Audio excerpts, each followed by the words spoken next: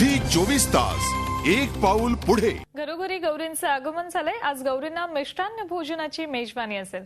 सध्याच्या धावपळीच्या हायटेक युगात शहरांमध्ये गौरींचे मुखवटे वापरले जातात। डोंबिवलीच्या विष्णुनगरमधल्या राजवाडे कुटुंबियांकडे पिढ्यानपिढ्या खड्यांच्या गौरी आणल्या जातात। आज राजवाडे कुटुंबियानं आजही खड्यांच्या गौरींचं स्वागत केलं। गौरी आणताना उंबरठ्याबाहेर गरम पाणी आणि दुधानं पाय धुवून त्यांचा घरात प्रवेश केला गेला।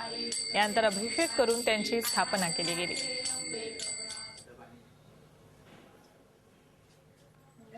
तर अभिनेत्री स्मिता जयकर यांच्या मुंबईतल्या पेडर रोडच्या घरी सुद्धा गौरींचं थाटामाटात आगमन झालं।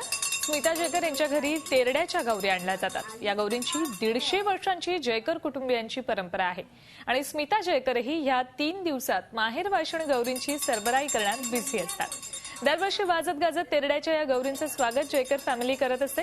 जसा त्यांच्याकडच्या बाप्पा विशेष आहे तसाच विशेष आहे गौरींबाबतही। झी 24 तास एक पाऊल पुढे।